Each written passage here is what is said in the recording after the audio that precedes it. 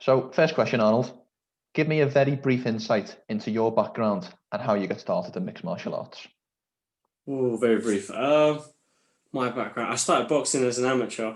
Like when I was like 12, I was boxing in the ABAs, and before that, I had an older brother who used to always beat the shit out of me. So so I wanted to learn some martial arts so I could protect myself and sort of start beating him up. I used to always watch the old martial arts movies and all the anime stuff like that, and that's kind of what got me into it, to be honest. Yeah. And I know am I right in saying that your dad still has does some work in your corner or in some kind of your background team? Yeah. Does he have a background in martial arts? Yeah, so he's had a few fights. He had a few professional fights back in the day. He loves it. Back when it was like cage fighting, like he had the crazy fights. So yeah, old school. Well, let's talk about your last fight. A decision win over Nik Lentz in January. Yeah. Watching that fight back, the commentary team seemed to make it out like it was a close fight, or that it was closer than perhaps what I saw, or perhaps what some viewers saw. Yeah. Looking back on that fight, from your perspective, how happy were you with your own performance? Yeah, I was happy enough considering like I was supposed to fight Josh Emmett, and 2 weeks out, I think it was about 10 days, because he was supposed to fight someone else on the card, Nik Lentz, and so he had an injury and my opponent got injured, so naturally they just put us together. But like he's pretty different to Josh Emmett, so I felt they're both pretty awkward style guys, but like he's a better wrestler, and like in that short notice I adjusted pretty good to his different style. But yeah, I thought the fight was fine. Wasn't like my best performance, but considering like the last sort of change up and all that, adjusted all right. Yeah. Not too pissed off about it. Well, that's what I wanted to maybe mention to you is I don't think 2020's been anyone's year, if the truth be told, but you seem to have had quite a bad bit of luck, I would argue. You obviously had the Josh Emmett fight was originally slated for that booking. I believe about 2 or 3 weeks out, Emmett pulled out. Yeah. And then in November, you were scheduled to fight Jeremy Stephens, and that fight fell through on about 2 weeks' notice. How difficult has them and frustrating has this year been for you? Yeah, very frustrating because like fighting January, I haven't been the most active guy in the UFC. Obviously, everyone knows that, and but like fighting in January, I'm like, right, I'm gonna get busy this year, and obviously no one knew there was a pandemic coming and all that. I was like, okay, well now there's Fight Island. They didn't put me on Fight Island because I wasn't doing any training at that point because the gym's all shut. So I was like, okay, well I didn't get anything booked for that. And then I didn't have a visa to fight in the US. So I was like, the government weren't processing any visas and all that. So I was like, right, well, I just have to keep training, keep waiting. And then eventually I got my visa sorted, Stevens fight. And then he got injured and that's that. But it is what it is, unfortunately. Yeah. And I've seen you've called both of them out on social media, or you've certainly posted things about them on social media. Yeah. Do you believe that either of them fights will come to fruition in the near future? I don't know. You know what? Look, I don't think either. Not like they're two of the most dangerous guys in the division for sure. Like they're the two. They can knock anyone out in the division. Everyone knows that. But I get like for them, I feel like there's no point in their head. They're like, oh, if I lose to this guy, it really puts me back. I'm not that they're scared of me, maybe, but well, maybe that's the case. I don't know. But yeah, it seems weird because they both fought like who's who. They both fought everyone. But then Emmett said he wasn't interested in rescheduling like after the pullout, and then we asked to try and see what was up with Stevens, but no word. So I don't know. Do you think there's an element of they don't really see, not necessarily an upside, but as big of an upside as the worry that they could lose to you and be down the division? Yeah, I think that's the thing. It's all I beat these guys, and I'm up there with the top. I've established myself. I'm up there with the top boys. But then they lose to me. Like, where do they go? It's retirement, or Yeah, it's a long road back. I suppose even maybe someone who was in a similar position to you earlier on in the year would be someone like Calvin Cater, who obviously got that big win over Stevens and has now catapulted himself into the Danny Ige and then Max Holloway fight. That's exactly it. That's exactly what I wanted with that fight. I was like, beat Stevens, I'm going to be up there with the big boys. And yeah, look where he is now. Yeah. Can I ask, who do you think is, out of the two, would have been a better matchup for your style? I think Stevens. I think Stevens would have been a better matchup for me. He just he doesn't move as much. You know, like Emmett is Yeah. kind of like he's shifting. He's always changing stance. Got awkward style. Punches it's short, so like punches come like they're looping. But like Stevens is quite flat. He sort of marches forward and throws bombs. You know, so I think I would deal with that better. Yeah, I think I would have been inclined to agree with you there. I think the Stevens fight might have looked something similar, not in totality, but something similar to maybe the Gilbert Melendez fight in some ways. Exactly that. Like I think it would be the same as that, except he's a bit more dangerous and he's a bit more game at this point of his career.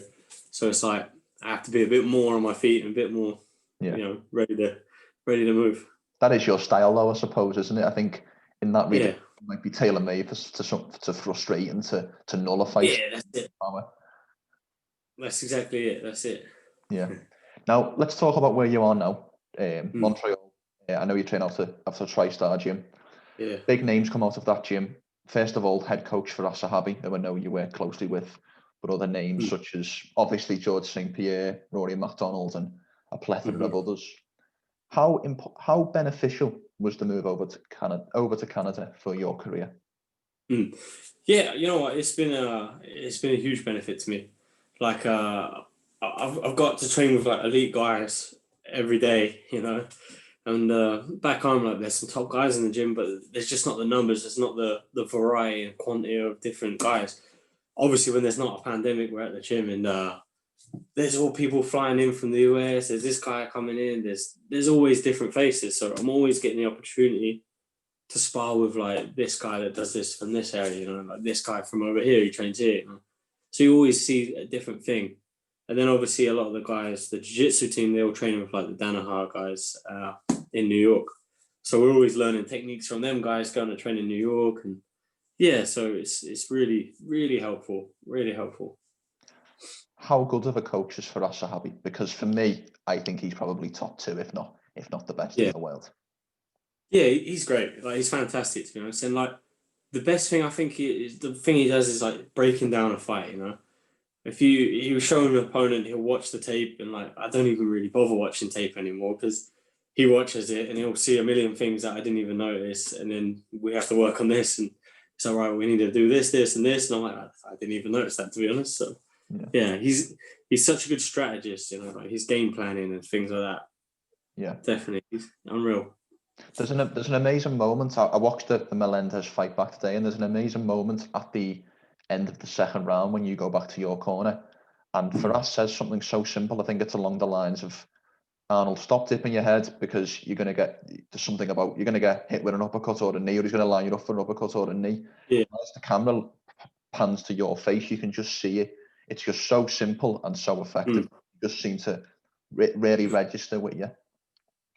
Yeah, you know, it's just he's very good at adapting to who he's coaching. So like some guys need like hyping up, yelling, and you know, shouting it in their face to get going. For me, it's the opposite. Just you know, my corner's calm and relaxing, and that's good for me. You know, there's going to be time and place where you need to get going, and someone needs to give you a slap, and yeah, but he's really good at that, like reading what his fighter needs, rather than sort of, you know, let's go. Yeah, he's going to tell you what's what. Well, let's talk about your UFC career. You've had 7 fights and you're 7-0. But looking at the locations that you've fought, 4 of them 7 fights have been in the UK itself. Yeah. And I believe one of the others was in Berlin in Germany. That's it. Now, obviously, the pay-per-views and such are generally based in the US. Are you happy to fight over this side of the Atlantic, or would you prefer to maybe have some of your bigger fights going forward on US soil? Yeah, well, I love fighting at home. It's great, especially when there's fans, obviously. It's you get a better reception when you're back in front of your home crowd. But like the sport is just bigger this side of the world. Like it just is bigger. So like you're gonna get more exposure, you're gonna get, you know, a bigger name, you're gonna get more sponsorship opportunities, all these things by fighting and being in the US. So unfortunately, at the minute, the sport is still growing in the UK, and here it's pretty established, you know. Yeah. So. And that would be one of the things I actually wanted to mention to you, actually, is I want to be very strict on my parameters because we have 2 Scottish fighters who are in the rankings. But of current UFC English fighters, there's only 3 who are in the rankings. There's yourself, there's Darren Till, and there's Leon Edwards. Yeah, of course. What does that say about your quality and your performances to date? I don't know, man. It says something, doesn't it? I fought once this year and I keep going up the rankings, so I must be doing well. But I don't know. I still feel like I need that breakout performance to like prove myself. And everyone keeps letting me know after my last fight. Everyone was like, "Oh, when's he gonna fight someone ranked? When's he gonna fight someone ranked?" You know, not impressed. He hasn't fought anyone ranked. It's like, okay, so I'm trying to fight these top 10 guys. It's just it's not happening. So yeah, twice now I've been scheduled with top 10 guys, and they've both got injured. So yeah, it's not my fault. It's a real shame as well that you're too. I know I think there's a couple of fights that have been cancelled early in your career, but it is a shame that of your 2 biggest fights, both have been cancelled and both by pullout from the opponent. Yeah, exactly. It is what it is. Unfortunately, that is part of the sport, and I've been on the wrong end of pullouts where it's me being injured, and you can point fingers and say this and that, but it is the sport. Unfortunately, there's a high chance of it. We're always training on the edge, we're sparring hard, and someone like Stevens, he's been around a long time. He's had a lot of wars. He recently got knocked out bad against Qatar. So I'm sure there's some sort of lingering effects. And on top of that, there's a pandemic with the virus going around. So a lot of people getting sick and fights cancelled last minute. So, yeah. I suppose as well, on a more positive note, it actually was probably quite lucky for you to get the Lentz fight because another opponent may have turned it down. And if so, you wouldn't have fought since July 2019. So you'd be looking on there a 2-year layoff then at that point. Yeah, exactly. So that's not ideal, especially coming 2021. My plan is to get busy. Like I have to get busy, And unfortunately, I'm not good at talking shit with people. So I don't know. Maybe I have to figure out something how I can do it in a nice way or something. I don't know. Well, let's talk about your next fight. So you're obviously scheduled against 2, I would say, veterans of the game and people who are above you in the rankings, but yeah. Looking at the featherweight division, there seems to be a lot of people in a similar position to you in terms of young prospects who are making their way up. We've got names such as Sadiq Yusuf, Bryce Mitchell, even Ryan Hall, I think, fits that category despite his age. Yeah. Would you be interested in fighting another rising prospect like yourself, or would you prefer to move into a more established name?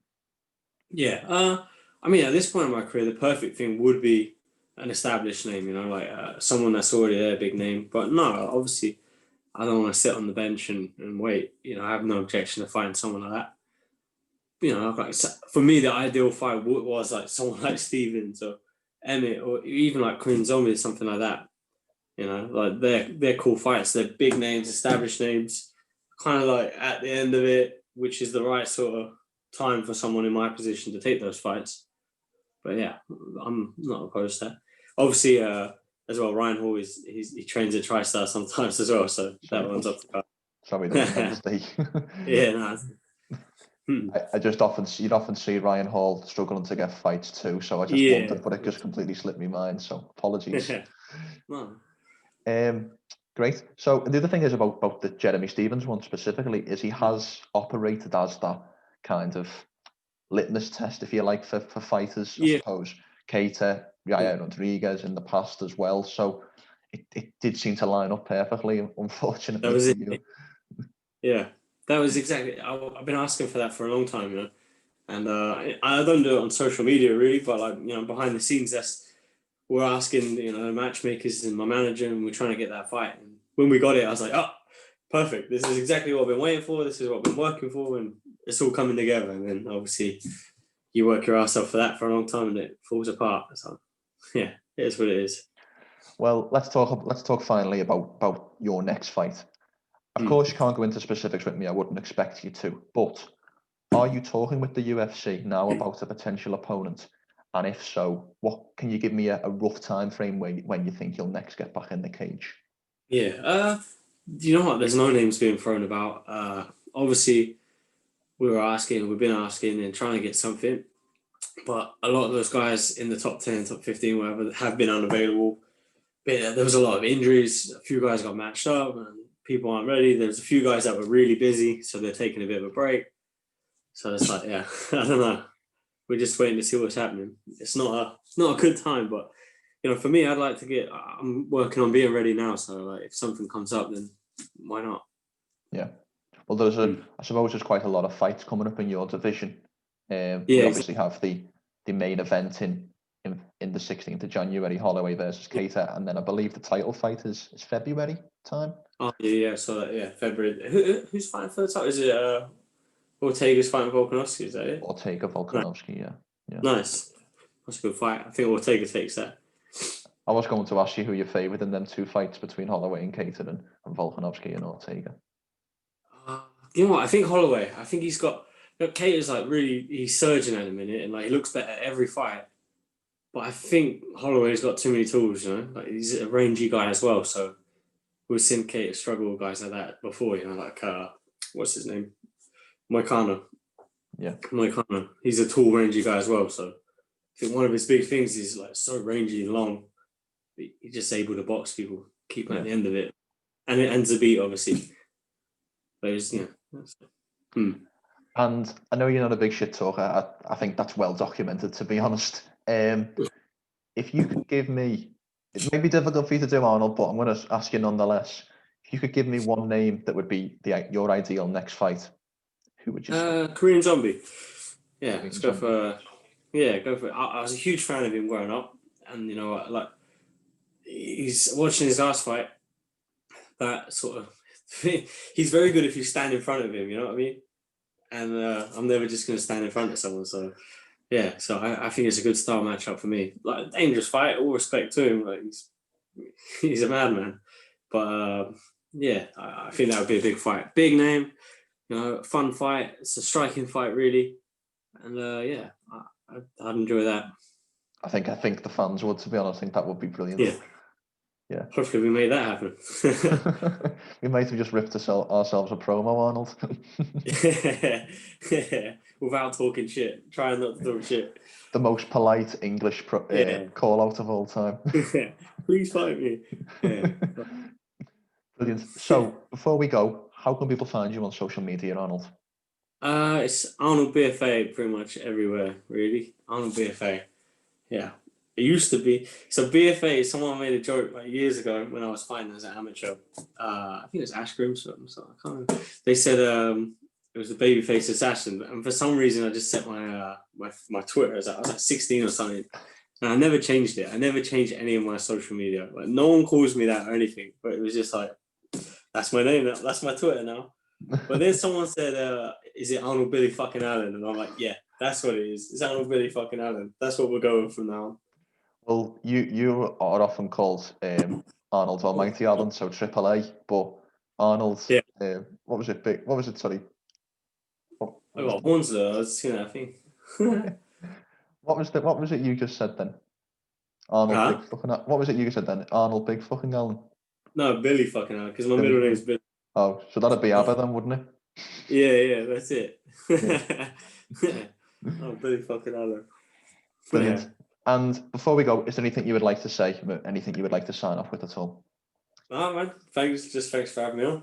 Brilliant. Well, it was an honour to have you on. It really was. And when you get your next fight booked, I would be more than happy to have you on, and we can maybe do a promo style interview. Yeah, sure thing. Yeah, that sounds good.